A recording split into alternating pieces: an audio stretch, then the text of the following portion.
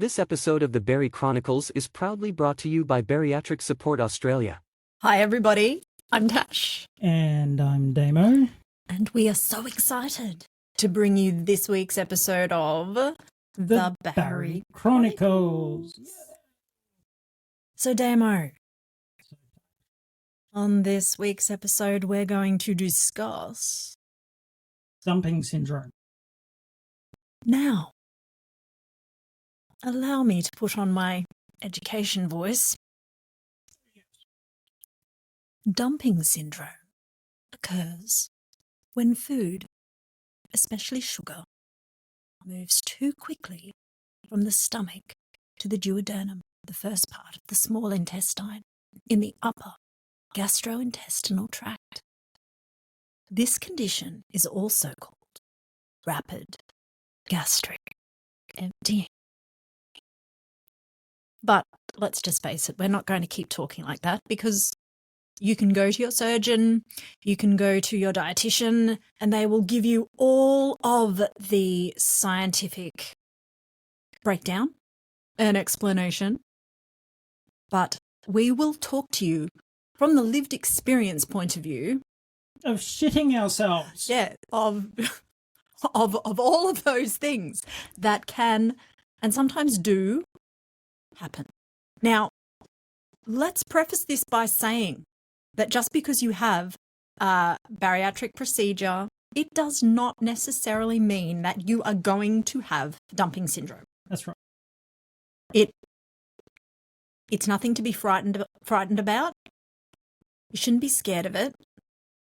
We get a lot of people that message our different social medias quite worried about this particular topic. What is it? Why is it? Will it happen to me? How do I avoid it? And all of those things. All legitimate questions. So let's quickly run down what old mate Wikipedia says the symptoms can be.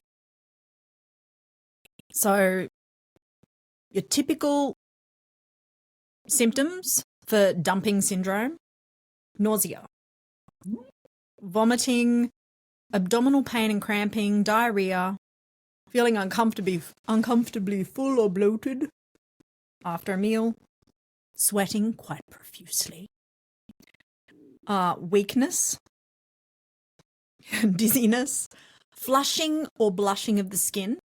That one happens to me very badly, very embarrassing. Rapid or irregular heartbeat also happens to me. Symptoms of late dumping may include hypoglycemia and flushing. Okay, so now we can close the laptop. That out of the way. Yeah, blah, blah, blah. And lived experience version. Yes, so I did not experience dumping syndrome at all with the lap band. Not at all. It was just... That's because you're slit. Yes, I know. That's because mine slipped. It's because he was not where it was meant to be. What about you, Damo? So you've had gastric sleeve. What is your experience with dumping? Have you had it? Yes. No. The first time was about a week after surgery, and I decided to go out with Kimberly, my dear overindulging wife, who bought me the lime thick shake that I asked for. It was not her fault. It was your fault for asking. Just saying. Just saying. Just saying. She's the devil. No, she's not. Just adding that in there. I drank a few sips of said lime shake because I didn't, well, and I'm not blaming anyone, but I didn't have a dietitian involved in my recovery. So I did get to find out some of these amazing little things, like lime thick shakes on my newly sleeved stomach caused explosive diarrhea. which is They caused rapid gastric emptying. rapid gastric emptying. And that gastric emptying happened in my pants at the shopping centre. Oh no, that's so bad. I Oh my looked God. at him and said, I need to go home. I mean, look, we can laugh about it now. I have no doubt that at the time it was horrific. I just wanted to just crawl into a hole and Never ever come out again. never come out. It's yeah. Look, my first dumping experience was actually while I was still in the hospital. So it was morning of day 2. And I will still never understand why, when you're meant to be on clear fluids, why they brought out a tray and it had like this smoothie on there and an apricot smoothie or peach. I think it was peach smoothie. And there was ice cream on there as well. And I thought, and there was broth. So there was broth. There was a little tiny, one of those little tiny ice creams that you. What the fuck are you gonna eat I when know. So there's broth, there's smoothie or ice cream. Obviously you start at the ice cream. Obviously, you start here. You start over here with the ice cream, and then you work your way back to yucky, like to clear brown fluid. So there's me, of course, and I still don't understand how did that happen?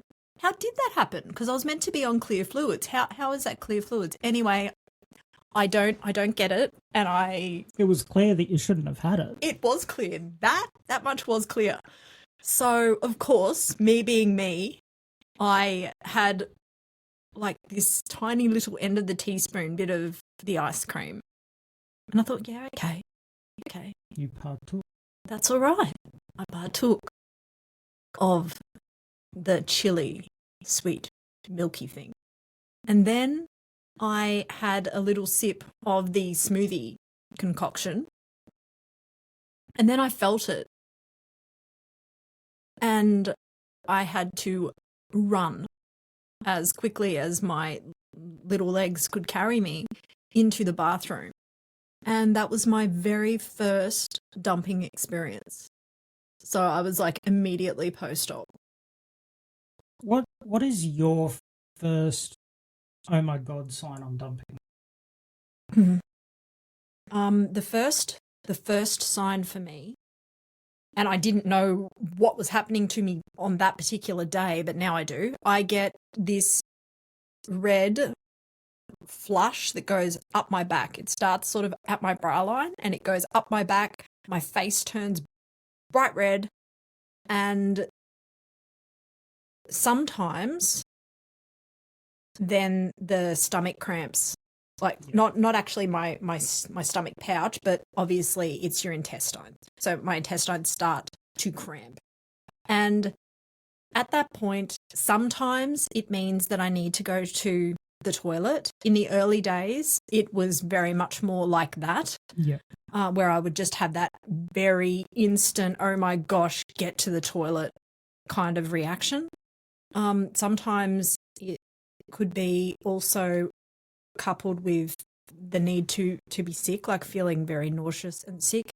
And that they're generally the things. And then my heart rate will start to elevate and I feel like I'm nearly having a panic attack. That's probably the best way to describe it, I think. So now, years post-op, it is extraordinarily rare for me to have all of those things happen at once, because I just don't eat anything that is going to cause that, because that's a bad time.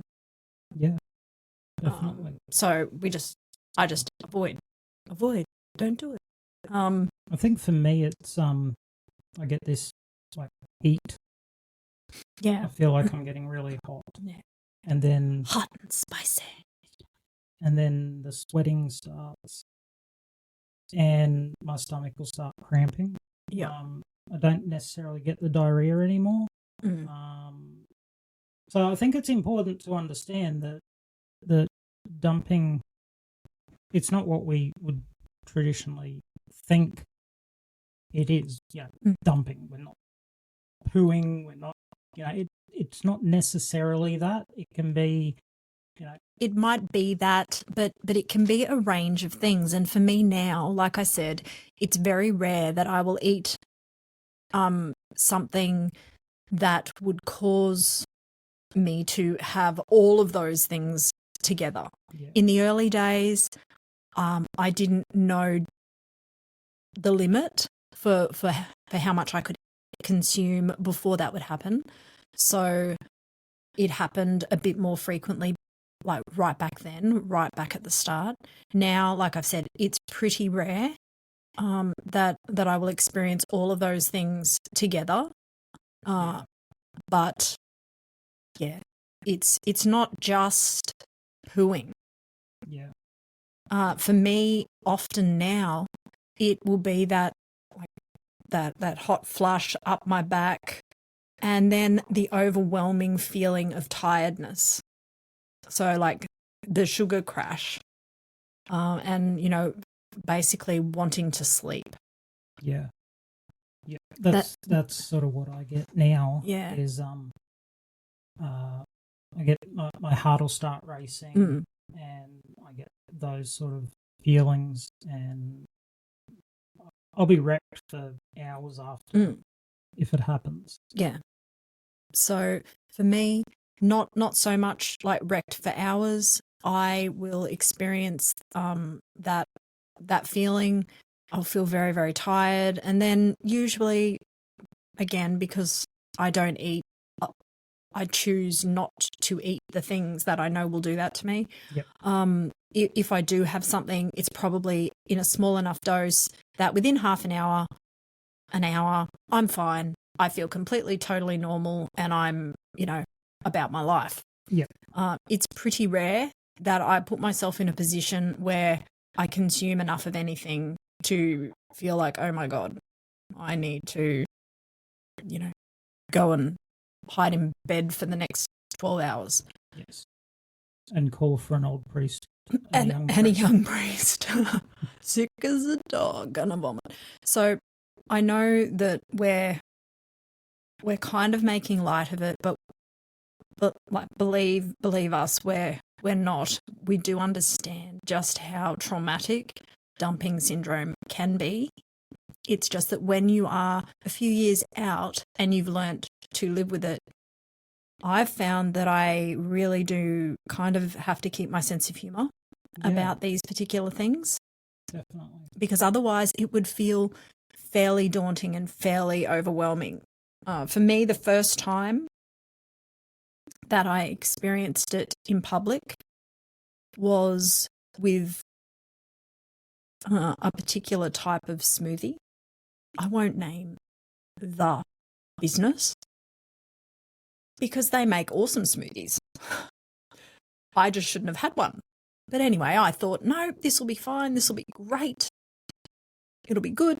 It's got some protein powder in it.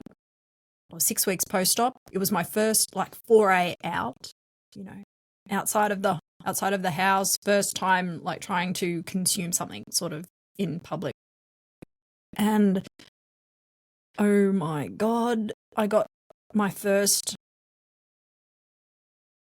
experience of running with my ass cheeks clenched, trying to get to the toilet before Punami. Yeah, before the punami happened. I did make it, and I'm so very grateful that I did. But oh my God. So yeah, just I found that I definitely try to avoid doing things that I know might cause that.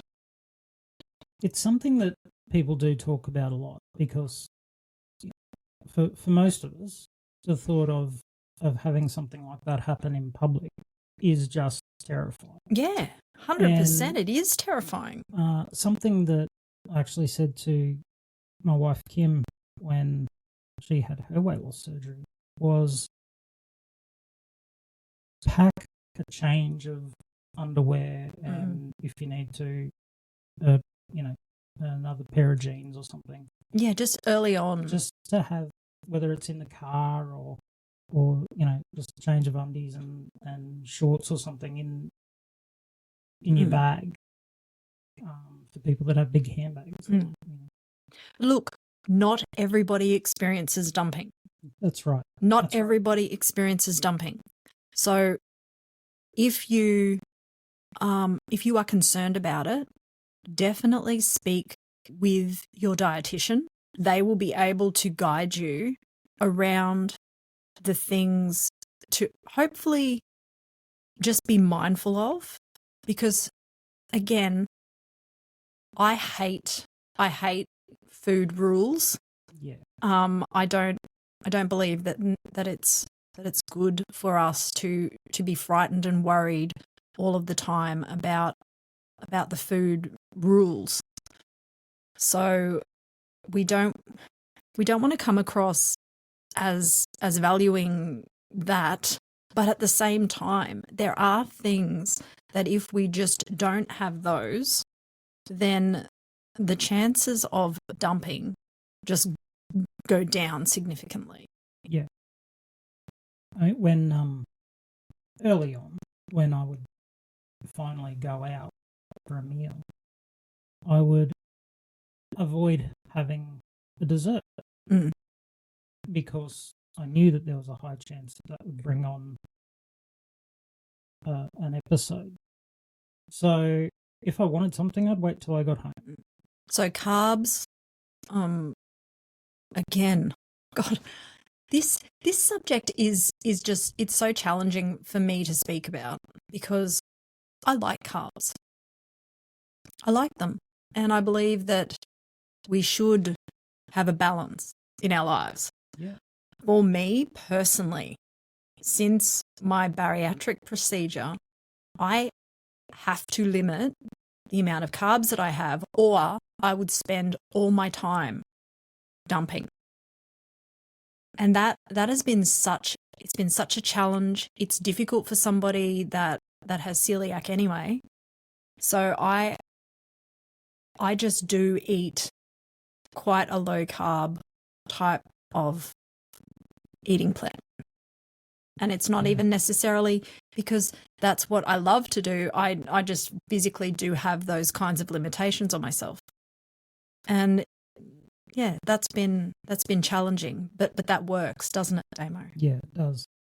So it's really about us as an individual working out what is going to work for us and being okay with that. So everybody is an individual when it comes to dumping syndrome and what the triggers might be for dumping. So I think that's really important to take into consideration as well. Something that affects me may not affect you, and vice versa. Yeah, that's right. I mean, I can eat as many carbs as I want in a meal, and it's not an issue. Whereas I know that you have to count those carbs. I do, unfortunately. Or, it's going to, and it's even different for you because you've had episodes where you've passed out. Yeah, so, I have. But we're going to save that discussion for a different day with a PhD candidate who is an expert in that kind of gastric emptying. Yes, we are very excited about that. So I'd love it, and I don't know if you've got any there, but if we could maybe have a story from our community, if we could just have a little chat about it. Yes. So we do have an anonymous story here. And I'm just going to read this.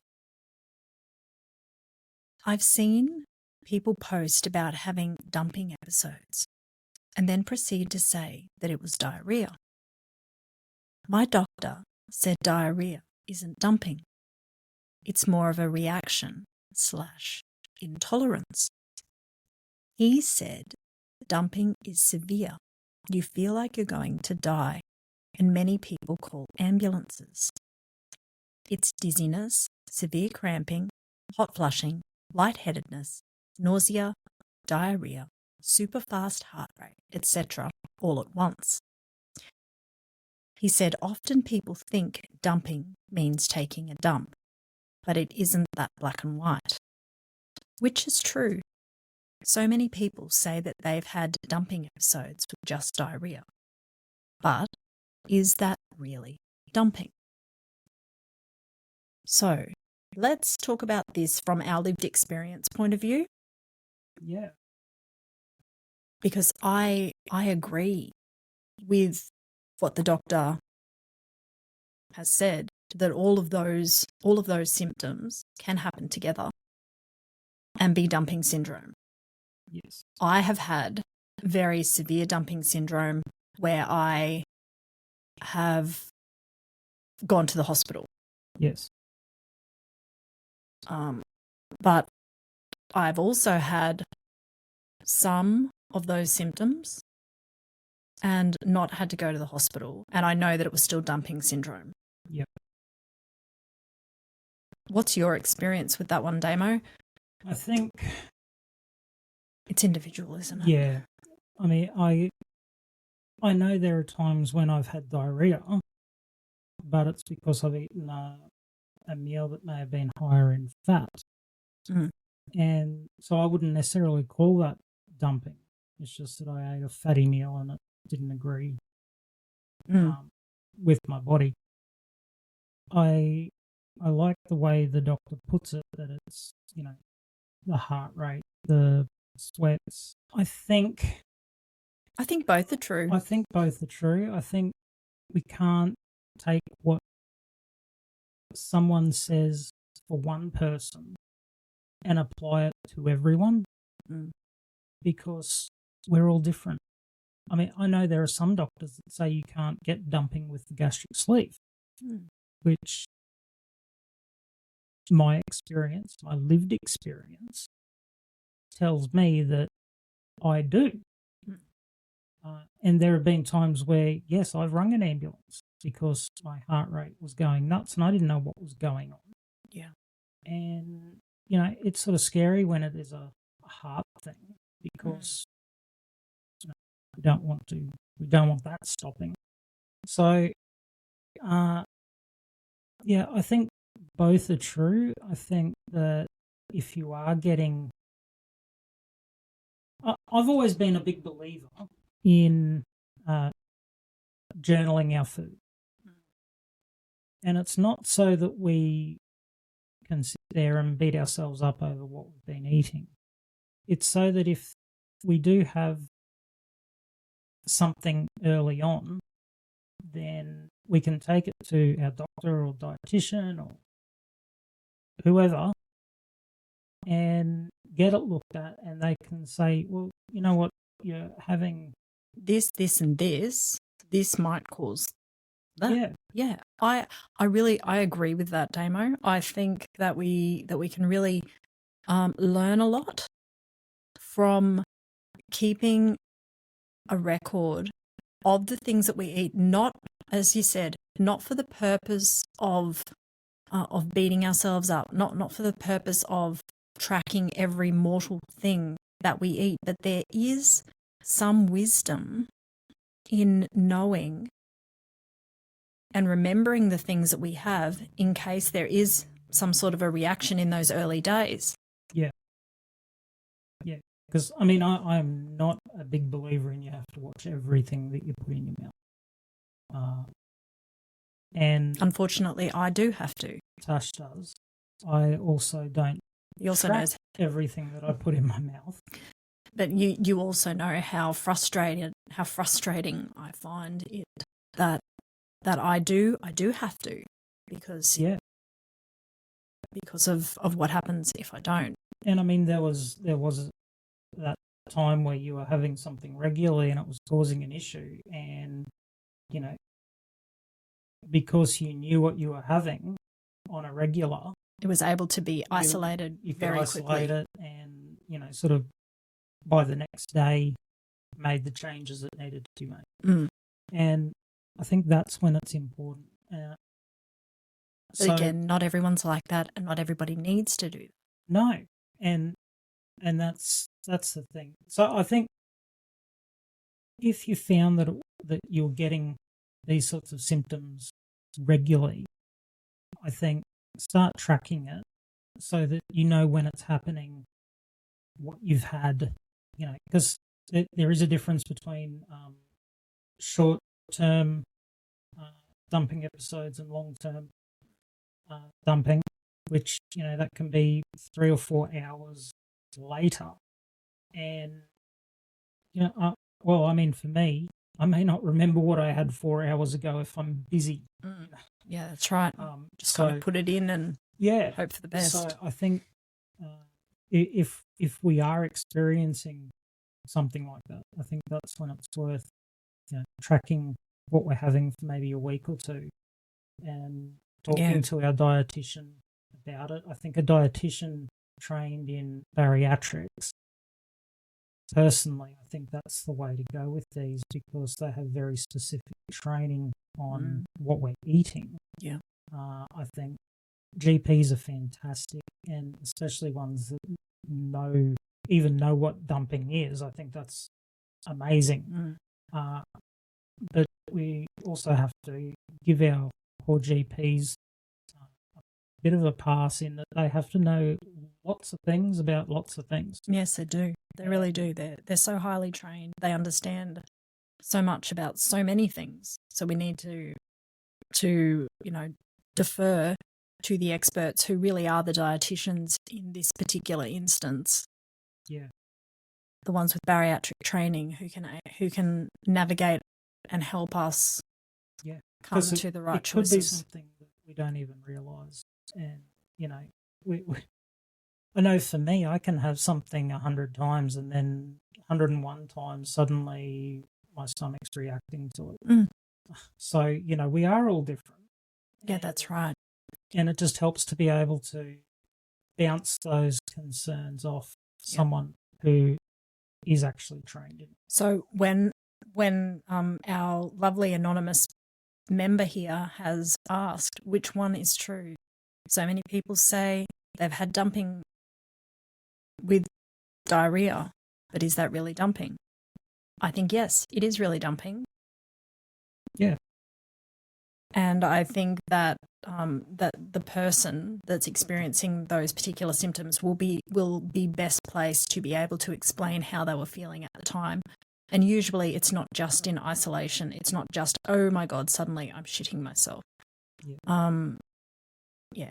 I think this is the importance, though, and it's with so many things with our health, is that we need to give our team, our doctors, our dietitians, whoever we're seeing, we need to give them the full picture so that we can actually be diagnosed properly and not just relying on what Google has said or, because there are so many things. If you type it into Google, it's going to come back that you'll be dead next week. And we need someone who is trained in all that to actually be able to sit down and look at the whole picture. Look at us holistically.